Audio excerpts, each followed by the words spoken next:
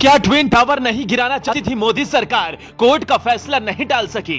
भूकंप रोधी बना था टावर, फिर गिरने का सवाल ही नहीं था, फिर क्यों गिराया गया है? ये कोई करोड़ 2 करोड़ का नुकसान नहीं है, 4000 करोड़ जनता का धुआं कैसे बना?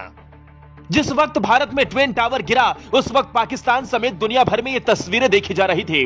जिस देश में हर परिवार को छत देने का सबसे बड़ा सपना हो, उस देश में 950 फ्लैट क्यों तोड़ दिए गए? सुप्रीम कोर्ट के आदेश पर सरकार कोई भी याचिका क्यों नहीं लगा पाई? हम आपको बताने जा रहे हैं ऐसा गणित जो आपकी आंखें खोल देगा।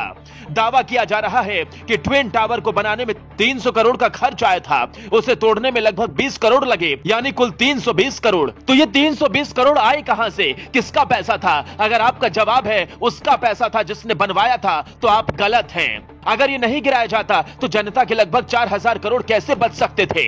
हमारे देश में पैसा बचाने के लिए अग्निवीरों का पेंशन तो रोक दिया जाता है, लेकिन करोड़ों धुआं बना दिया जाता है। ट्विन टावर में कुल फ्लैट थे 950। आज के हिसाब से एक फ्लैट की कीमत कम से कम 30 लाख थी। सरकार अगर इसे लेकर बेचती 2 अरब रुपए कमाए जा सकते थे, लेकिन ऐसा नहीं किया।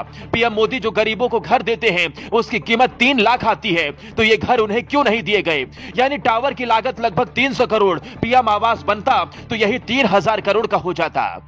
जब ये फ्लैट बनते हैं उसके पहले ही आम लोगों को बेच दिए जाते हैं, उसी पैसे से टावर भी बना था। जब ये फ्लैट बना था तब केंद्र में मनमोहन सिंह पीएम थे, यूपी में मुलायम, माया और अखिलेश सीएम थे। देश का गजब सिस्टम है। टावर तो गिराया गया, लेकिन किसी भी अधिकारी पर गाज क्यों नहीं गिरे?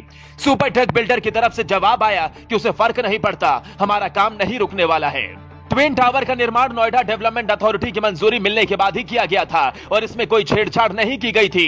ट्विन टावर के ध्वस्त होने से उनकी दूसरी रियल एस्टेट परियोजनाओं पर कोई असर नहीं पड़ेगा। समय से खरीदारों को घर दिए जाएंगे। ये कोई पहली तस्वीर नहीं है। गांव में लोग घर बनाते हैं और भाई भाई के बंटवारे में घर गिरा देते हैं। फिर जब यहां गिरा तो हम सवाल क्यों उठा रहे हैं? पहले तो सुप्रीम कोर्ट को यह पता करवाना था कि जिस अधिकारी ने यह पास किया वो कहां है।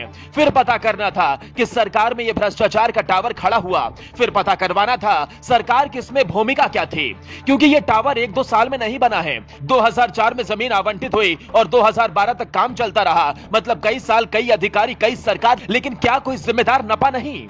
इसलिए कहते हैं ताली बजाने के चक्कर में सवाल पूछना मत भूल जाइए, नहीं तो सिस्टम मिलकर घून जनता को बना देते हैं। अमेरिका या चीन में यह फ्लैट होता तो गिराया नहीं जाता, इसकी उपयोगिता तय की जाती। मीडिया ने भी ट्विन टावर पर चढ़कर रिपोर्टिंग की, पर जनता का सवाल नहीं पूछा। जनता को समझ में नहीं आया, जिस देश में भूख को मिटाने के लिए मोदी सरकार मुफ्त में राशन देती है, उस देश में हजारों करोड़ धुआं क्यों बना दिया गया?